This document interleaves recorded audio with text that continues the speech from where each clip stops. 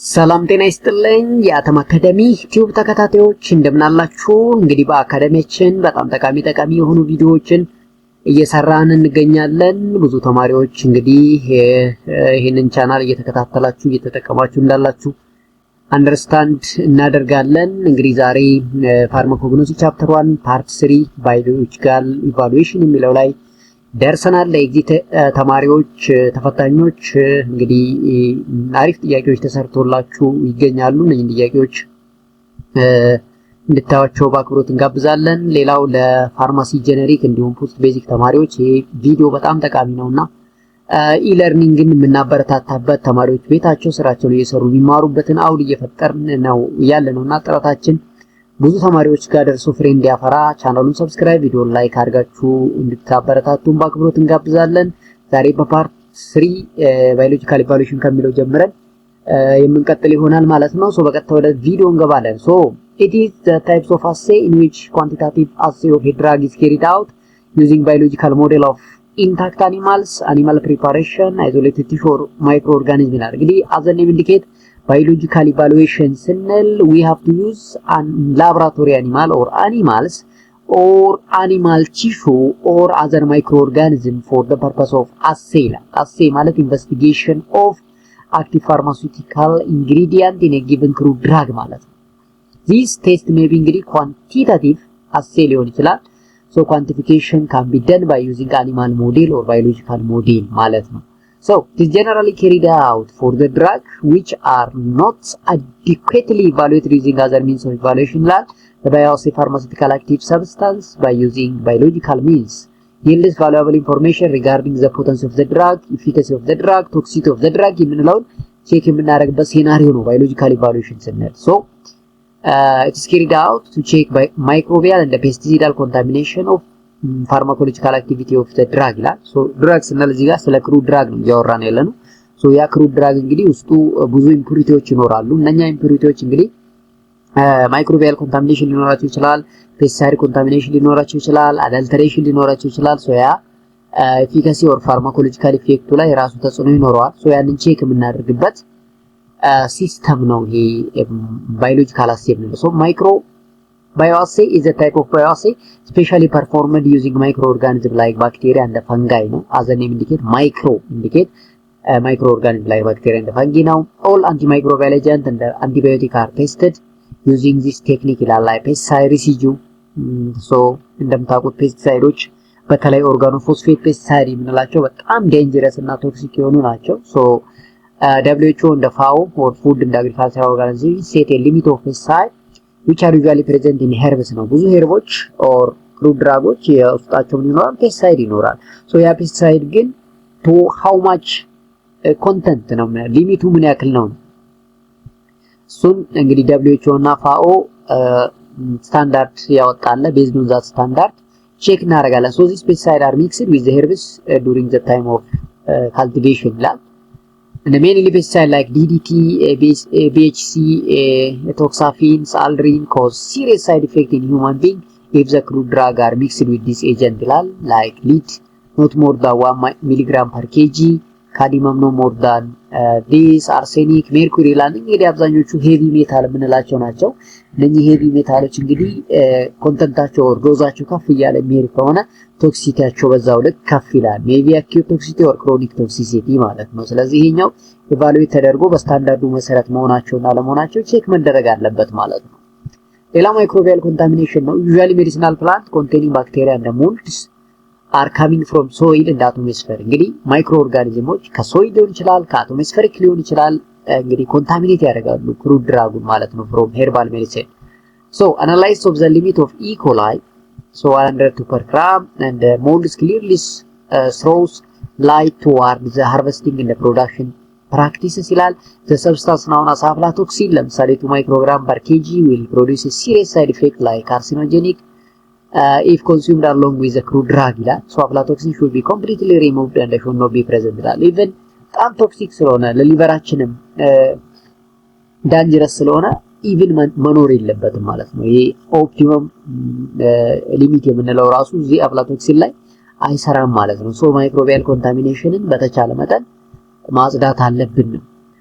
Bioassay is a determination of biological potency of the herbal. Bio as in name indicate እንግዲህ biological ምንለው so bioassay is the determination of biological potency of the herbal constituent. So marketed preparation contains a mixture of bioactive plant constituent and the relative properties of a single bioactive compound can vary from batch to batch while biological activity remain within the desired limit of the compound. Some example ብሎ ያስቀምጣል። so እንግዲህ ለምሳሌ evaluation of adaptogenic activity profile for herbal preparation, evaluation of antioxidant activity of the herbs product, evaluation of microbial contamination, reduction of plant, evaluation of marketed polyherbal anti-diabetic formulation, in vivo and in vitro evaluation of hair growth potential, in vivo and in vivo ስንል inside the cell ነው። in vitro ስንል ደግሞ outside or the test tube or its petri dish test የምንለው ነው። so based on this test እንግዲህ the so called chemical contamination or microbial contamination የሚለውን ተጽዕኖውን ቼክ እናደርጋለን። ሌላው አምስተኛ እንግዲህ ቼክ እናደርግበት ቴክኒክ ፊዚኮ ኬሚካል ነው። አዘን ኢንዲኬት ፊዚካል እና ኬሚካል ፕሮፐርቲውን ኢቫሉዌት ማድረግ የማን የክሩድ ድራጉን ማለት ነው። so የመጀመሪያው ዲተርሚኔሽን ኦፍ ፎሬን ማተር so drug should be free from insects, molds, animals, fecal matters, the other contaminants such as earth stones and extraneous matter ይላል። all kind of foreign matter should be determined so as to obtain pure drug. እንግዲህ extraneous ስንል ያው ከውጪ የሚገቡ ማለት ነው። አዳልተሬሽን የምንላቸው ኢንሴክቶች ሊሆን ይችላል፣ ሙልድ ሊሆን ይችላል፣ አኒማል ሊሆን ይችላል፣ ሌላ ኤርዝ ስቶን ሊሆን ይችላል። እነኚህ በተቻለ መጠን ምን መሆን አለበት? መጽዳት አለበት፣ ሪሙቭ መደረግ አለባቸው። ፎሪን ማተር ናቸው። ሌላው አሽ ቫልዩ ነው። ቶታል አሽ፣ አሲድ ኢንሶለብል አሽ፣ ወተር ሶለብል አሽ፣ ሰልፌትድ አሽ should be determined in order to sort out of the earthy impurity from the being land. እንግዲህ እነኚህ አሽ እንዴት ዲተርማይን ይደረጋሉ የሚለው ቤዝድ ኦን ዴር ፋርማኮፒያ ፋርማሲውቲካል አናሊሲስ ላይ የምታዩት ይሆናል ብዬ አስባለሁ። ሊሚት ቴስት ላይ ሶ እዛ የምታዩት ይሆናል። ሶ ዞሮ ብቻ ቶታል አሽ፣ አሲድ ኢንሶለብል ኦር ወተር ሶለብል ኦር ሰልፌትድ አሽ የሚለውን ዲተርሚን እናደርጋለን። እሱም ፒዩሪቲው ወይም ደግሞ አማውንት ኦፍ ኢምፒዩሪቲ ኔክሩድ ድራግ ያለውን ለማወቅ ነው የሚጠቅመን ማለት ነው።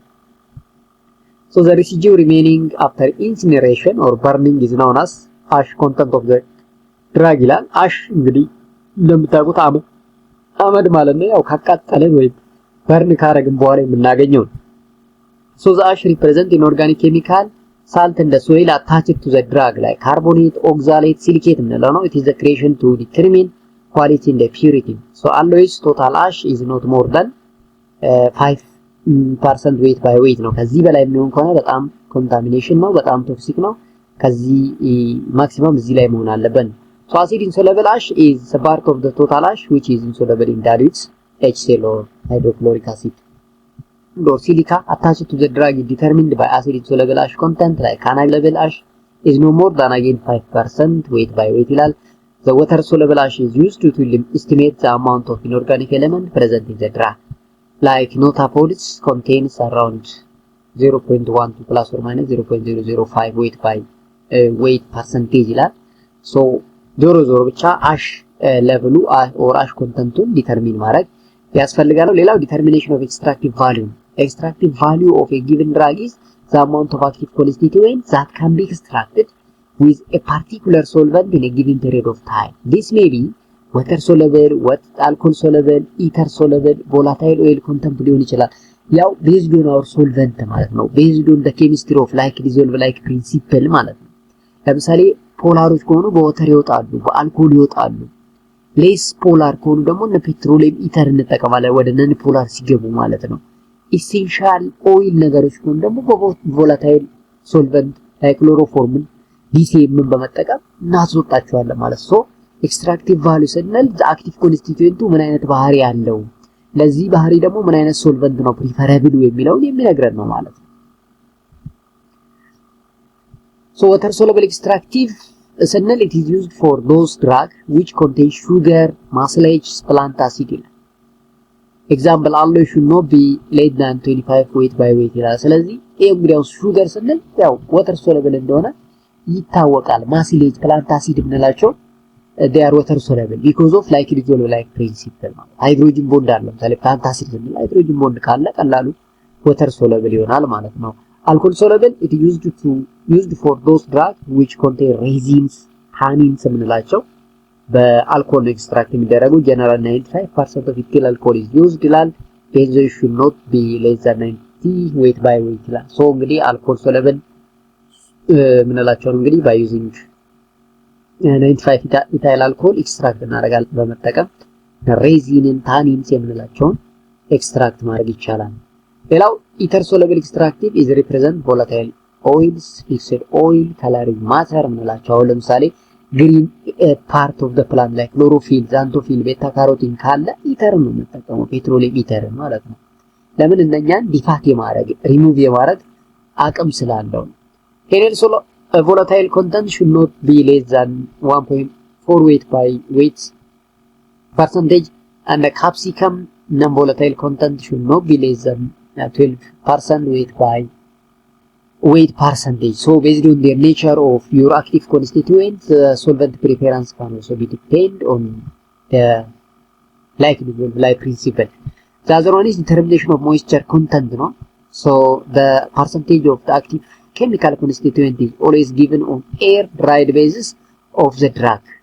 So moisture content is determined by the heat the drug is in an oven of at 105 till the content of the weight that ያው ውሃ በቀላሉ እንግዲህ ሪሙቭ አይሆንም ከ100 ዲግሪ ሴልሺየስ በ100 ዲግሪ ሴልሺየስ እና ከዛ በላይ ነው ሊወጣ የሚችለው። ነገር ግን እዚህ ጋር ትልቁ ጥንቃቄ ምናልባት እነኛ አክቲቭ ኮንስቲትዩንቶቹ ደግሞ ቴርሞ ሌቫይል የሚሆኑ ከሆነ ዲኮምፖዝድ ነው የሚሆኑብን ማለት ነው። ያንን ሞይስቸር ሪሙቭ እናደርጋለን ብለን so excess moisture affect crude drug which are sensitive to the hydrolysis.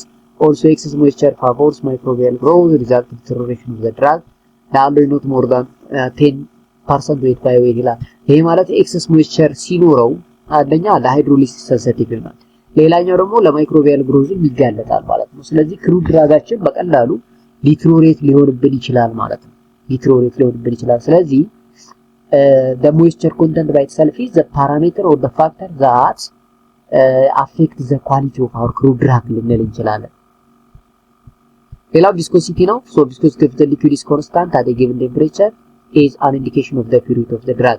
It is determined by using viscometer at 25 degrees Celsius. እንግዲህ ቪስኮሜትር በሚባለው ዲቫይስ በመጠቀም 25 ዲግሪ ሴልሺየስ ላይ ቪስኮሲቲያቸውን ማወቅ ይቻላል። ለምን ቪስኮሲቲ በራሱ ኢምፒዩሪቲን አፌክት ሊያደርግ ስለሚችል so viscosity of the liquid paraffin should not be less than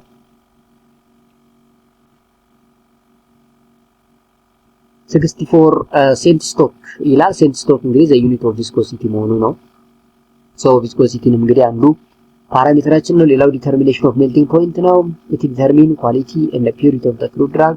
Crude drug contain numerous chemicals so their melting point is not sharp but it is in the range ነው። hard paraffin for example 50 to 57 ያው ብዙ ጊዜ አሁን ስለ ሜልቲንግ ፖይንት በተለይ ስናነሳ አንድ ፕሮዳክት ፒውር ነው ካል ሜልቲንግ ፖይንቱ ኤግዛክት ነምበር ሊመጣ ይችላል ማለት ነው። ነገር ግን in the range of value የሚሆን ከሆነ ኢምፒዩሪቲ ያለው ማለት ነው። አሁን ክሩድ ድራግ obviously in the range of value ሻርፕ ቫልዩ አናገኝም። ያ ማለት ክሩድ ድራግ በራሱ ፒውር አይደለም ማለት ነው። ኢምፒዩሪቲ እንዳለው ነው የሚነግረን ማለት ነው። ሌላው ኦፕቲካል ሮቴሽን ነው። በተለይ ኦፕቲካሊ አክቲቭ የሆኑ ኮምፓውንዶች ካሉ by using polarimeter plane polarized ላይቱን ወደ ዴክስትሮ ሮታተሪ or ሊቮ ሮታተሪ ማለት to the right and to the left ነው ወይ at 25 degrees Celsius. so optical rotation is one of the criteria to determine the quality and the purity of the drug. For example honey have +3 to -15 so plus and minus ስንል እዚህ ጋር ኔጌቲቭ ፖዚቲቭ እያልን አይደለም። ፕላስ ኢንዲኬት ዴክስትሮ ሮታተሪ ነው፣ ማይነስ ኢንዲኬት ሊቮ ሮታተሪ or the left ማለት። ስለዚህ ኦፕቲካል ሮቴሽንን እንግዲህ በፖላሪሜትር በመጠቀም ዲተርሚን ማድረግ እንችላለን። ሌላው ሪፍራክቲቭ ኢንዴክስ ነው። ቅድም ብያለሁ በሪፍራክቶሜትር ዲተርማይን እናደርጋለን። ቪስኮሲቲ ስንል በቪስኮሜትር ነው። ቅድም እዚህ ጋር ቪስኮሲቲ ስንል ቪስኮሜትር ነው የምንጠቀመው። ሪፍራክቲቭ ኢንዴክስ ስንል እዚህ ጋር ሪፍራክቶሜትር ነው የምንጠቀመው። so when a beam of light pass through the medium of different density it beats from original path. That's the ratio of the velocity of the light in vacuum to its velocity in substance determined as refractive index of substance. The refractive index varies with the wavelength of the light and most of the time refractive index can be for oily nature drug ነው። ይሄ ኦይሊ ለሆኑ ነገሮች ነው የምንጠቀመው። ለዛ ነው እዚህ ጋር ክሎቭ ኦይል ያላችሁ ከ1.5 እስከ 1.53 አካባቢ ነው ሪፍራክቲቭ ኢንዴክሱ at 25 ዲግሪ ሴልሺየስ። ስለዚህ ሪፍራክቲቭ ኢንዴክስ by itself quality of the drug purity of the drug ዲተርማይን የምናደርግበት ፓራሜትር ነው ማለት ነው። ሌላው እንግዲህ ክሮማቶግራፊክ ኢቫሉዌሽን የምንለው ነው። እንግዲህ ክሮማቶግራፊክ ቴክኒክ ስንል ሞስት ኦፍ ዘ ታይም አይደንቲፊኬሽን፣ ፑሪፊኬሽን እና ሴፓሬሽን ኦፍ ኮንስቲትዩዌንት የምንሰራበት ቴክኒክ ነው። ብዙ አይነት ክሮማቶግራፊ አለ። ላይክ ፔፐር ክሮማቶግራፊ፣ ቲን ሌየር ክሮማቶግራፊ፣ ኮለመን ክሮማቶግራፊ፣ ሃይ ፐርፎርማንስ ሊኩዊድ ክሮማቶግራፊ፣ ሃይ ፐርፎርማንስ ቲን ሌየር ክሮማቶግራፊ፣ ጋስ ክሮማቶግራፊ፣ ሳይግስ ኤክስክሉዥን ክሮማቶግራፊ፣ ጄል ፊልትሬሽን ክሮማቶግራፊ፣ በጣም ብዙ አይነት ክሮማቶግራፊክ ቴክኒክ አለን። ያው ፐርፎርማንሳቸው፣ ሴሌክቲቪቲያቸው፣ ሴፓሬሽናቸው፣ ፑሪፊኬሽን ቴክኒካቸው ይለያያል ማለት ነው ብቃታቸው። so generally they can be used for identification, purification እና separation of the constituent of the crude drug ነው። እንግዲህ crude drug ብዙ አይነት ኮንስቲትዩዌንቶች አሉት፣ ብዙ አይነት ሰከንደሪ ሜታቦላይቶች አሉት፣ ብዙ አይነት ኢምፑሪቲዎች አሉት። ያንን እንግዲህ ፑሪፋይ የምናደርግበት የምንለይበት ቴክኒካችን ነው ማለት ነው ክሮማቶግራፊ። ሌላው ስፔክትሮስኮፒክ ሜተድ ነው። this method are used for the spectroscopic evaluation of drug እነዚህ constituent ይላል። most of the time እንግዲህ UV visible or ultraviolet እንደ visible spectroscopy፣ IR infrared spectroscopy ይሄ ብዙ ጊዜ functional good determination፣ nuclear magnetic resonance፣ environment of the carbon dihydrogen የምንለው ነው። mass spectroscopy most of the time for mass determination የምንጠቀማቸው ስፔክትሮስኮፒክ ቴክኒኮች ናቸው ማለት ነው። ስፔሻሊ ከክሩድ ድራግ ውስጥ አክቲቭ ኮንስቲትዩዌንቱን ካወጣን በኋላ ስትራክቸሩን ኢንቨስቲጌት ስናደርግ ዩቪ ቪዚብል ስፔክትሮስኮፒ፣ አይአር፣ ኒኩለር እና ኤምኤስ በጣም አስፈላጊ ስፔክትሮስኮፒክ ቴክኒኮች ናቸው ማለት ነው። ሌላው እንግዲህ ሞደርን ሄርባል ሜዲሲን ነው። ሶ ዘ ወርልድ ሄልዝ ኦርጋናይዜሽን ኤስቲሜትድ አባውት 80% of the population of some Asian and African countries presently on herbal medicine for አስፔክት ኦፍ ፕራይመሪ ሄልዝ ይታወቃል። እኛ በተለይ በሀገራችን ኢትዮጵያን ጨምሮ በዓለም በአፍሪካ አብዛኞቹ ሀገራት የባህል ሕክምናን ይጠቀማሉ። 80 እስከ 90% ትራዲሽናል ሜዲሲንን ነው ለሕክምና የሚጠቀመው። ምክንያቱም አፎርደብል ነው፣ ቶክሲሲቲው ዝቅተኛ ነው፣ ማንኛውም በትንሽ ብር ሊያገኘው ስለሚችል ማለት ነው። so 25% of the modern drug use in United States have been derived from plant ይላል። 25% ማለት በጣም ትልቅ ነው። 25% ሞደርን ድራግ አሜሪካ ውስጥ የሚጠቀሙት ከፕላንት የወጡ ናቸው ነው። አትሊስት 7000 medicinal compound in the modern pharmacopoeia are derived from plants and 120 active compounds currently isolated from the higher plant and widely used in the modern medicine። ስለዚህ አክቲቭ ኮንስቲትዩንቶችን አሁን እያወጣን ሞደርን ድራግ ዲዛይን ድራግ ዲስከቨሪ ውስጥ እንደ ሊድ ኮምፓውንድ እየተጠቀምንበት ነው ያለ ነው ማለት ነው። Types of preparation from plants. So there are many forms in which the herb can be administered. The most common of which in the form of liquid that drank by the patient, such as herbal tea or plant extract. So እዚህ ጋር ምን ይያለው ነው እንግዲህ አሁን herbal medicine or traditional medicine ለብዙ ህመም ጥሩ ነው። 80 እስከ 90% traditional medicine ላይ ጥገኛ ሆኖ ነው የሚኖረው ካል እንዴት ነው የሚወሰደው? እንዴት ነው ፕሪፔር አድርገው የሚጠቀሙት ሲባል እንግዲህ ምናልባት በሻይ መልክ ሊሆን ይችላል ኦር በምግብ መልክ ሊሆን ይችላል። ሶ ከዛ ውስጥ አንዱ ሆሊ ሄርብ ነው። ኮንሰምፕሽን ኢዝ ኦልሶ ፕራክቲስ ኢዘር ፍሬሽ ኦር ድራይድ ፎርም ኦር ኤ ፍሬሽ ጁስ ይላል። ይሄ እንግዲህ ሙሉ በሙሉ ኮንሱም ማድረግ ነው። ውስጡ ያለውን ፍሬሽ ጁስ ሊሆን ይችላል፣ አድርቀን ሊሆን ይችላል። እንግዲህ ከውስጡ ኤክስትራክት አድርገን የምንጠቀመው ሶ አንዱ እንደዛ ነው። ሶ several method of standardization may be determined the amount of herb used ይላል and however different specimen of even the same plant species may vary in chemical content። ይለያያል። ምናልባት ሩቱና ፍሬው እንዲሁም ደግሞ ቅጠሉ የተለያየ ኬሚካል ኮንስቲትዩዌንት ሊኖረው ይችላል ማለት ነው። for this reason TLC is sometimes used to governance to assess the content of their product ይላል። ብዙ ጊዜ ቲን ሌየር ክሮማቶግራፊ የምንለው ምን አይነት ኬሚካል ኮንተንት ነው ያለው፣ ምን አይነት ኮንስቲትዩዌንት ነው ያለው የሚለው ሊነግረን ይችላል ማለት ነው። So another method is standardization which give a signal on herbal content of the drug. Herbal teas or tisanes are the resultant liquid of extracted herb into water through though they are made in few different way ይላል። ያው እንግዲህ በሻይ መልክ ሲባል ሁሌም አፍልተን ያንን ቅጠል ወደዛ ብንጨምር እንደ ሻይ ልንጠቀመው እንችላለን ነው። አብዛኛው ጊዜ ሄርባል ሎች እንደዚህ እንጠቀማለን። ሌላው ኢንፉዥን ነው። ዲፕ ይላል are hot water extract of the herb such as chamomile or mint through steeping ይሄ ያው ሃውስ መጨመር infused ማድረግ hot method ነው ማለት ነው። ሞቀ ሃውስ ማለት ነው። ማሰሬሽን ስንል ደግሞ cold infusion of the plant high mucilage content such as age and the time ይላል። to make the macerate plant are chopped chopped ማለት ያው እንሰባብረዋለን እንወቅጠዋለን ማለት ነው። ከዛ በኋላ ኮልድ የሆነ ወተር ነው የምንጨምረው ማሰሬሽን ላይ እዚህኛው ላይ ሆት ወተር ነው። they are then left to stand 7 to 12 hours depending on the herb used for most maceration 10 hours for 3 days ነው የሚሆነው ይላል። ሶ እንግዲህ ማሰሬሽን ተጠቅመን በኮልድ ሶልቨንት ምን እናደርገዋለን at room temperature ላይ እንዘፈዝፈዋለን። ዲኮክሽን ሎንግ ተርም ቦይልድ ነው ኤክስትራክት ዩዥዋሊ ሃርድ ሰብስታንስ ላይክ ሩት እንደ ባርክ ነው። ያው ዲኮክሽን የምንጠቀመው በጣም ጠንካራ ለሆኑ የፕላንት ፓርቶች ናቸው። በቀላሉ አክቲቭ ኮንስቲትዩንቱን ሊሰጡን ስለማይችሉ ለረጅም ጊዜ ቦይል ልናፈላቸው እንችላለን። ዲኮክሽን ሲሆን ቲንክቸር አር አልኮሊክ ነው። ያው ይታወቃል ቲንክቸር ሲባል አልኮሊክ ኤክስትራክት ኦፍ ዘ ሄርብ which are generally stronger than herb teas usually obtained by combining 100% pure ethanol ይላል። ብዙ ጊዜ እንደ ሶልቨንት አልኮሊክ ሶልቨንት የምንጠቀመው ኢታኖሉን ነው ወይ ደግሞ ኢታኖልና ውሃን አንድ ጋር ሚክስ አድርገን ሊሆን ይችላል። So completed tincture has an ethanol percentage of at least 25 sometimes up to 90 ከ5 እስከ 90% ኢታኖል ነው tincture ላይ የምንጠቀመው ማለት ነው። ሌላው herbal leather ነው are alcoholic extract of herbs usually within the ethanol percentage of 12 to 38 ነው። ይሄ ደግሞ የአልኮል ኮንተንቱ ዝቅተኛ ነው ማለት ነው።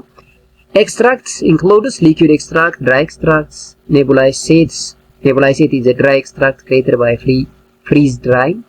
Liquid extracts are liquid with lower ethanol percentage than tincture. They are usually made of vacuum distilled tincture ይላል።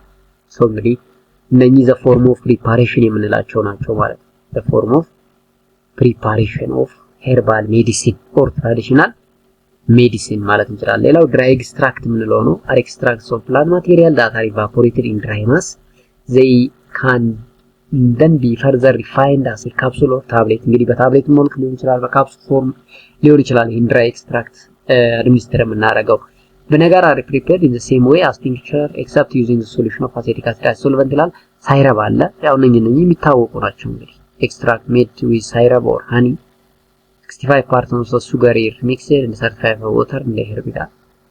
So the mixture is boiled and macerated for 3 weeks and after we get what we need.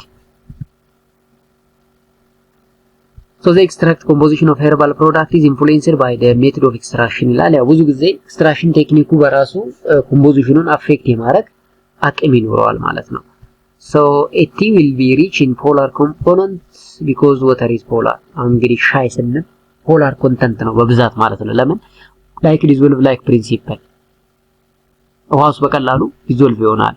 ኦይል ስንል ናን ፖላር ሶልቨንት ነው የሚፈልገው። ለምን ላይክ ዲዞልቭ ላይክ ፕሪንሲፕል ናን ፖላር ኢነን ፖላር ስለሆነ። አልኮል ግን ብዙ ጊዜ ፖላር እና ነን ፖላር መሃል ላይ ይሆናል። ልክ እንደ ዩኒቨርሳል ሶልቨንት አክት ያደርጋል። ለምሳሌ ሚታኖልን ከወሰድን ማለት ነው። So many herbs are applied topically to the skin in a variety of forms. Essential oil can be applied to the skin usually diluted in the carrier oil. So በዚህ መልኩ እንግዲህ ፕሪፔር እናደርግና አፕላይ እናደርጋለን። So many essential oil can burn the skin when used in high dose. So diluting them in oil, olive oil or another food oil such as almond oil can allow this to be used for topical application. ብዙ ጊዜ ኦይሎች or essential oils ስኪን በርን ሊያመጡ ይችላሉ። ያው አት ሃይ ዶዜጅ ከሆነ ስኪን በርን ሊያመጡ ስለሚችሉ ከሌሎች ናቹራል ሶርስ ኦይል ጋር ሚክስ አድርገን እንጠቀማለን ነው።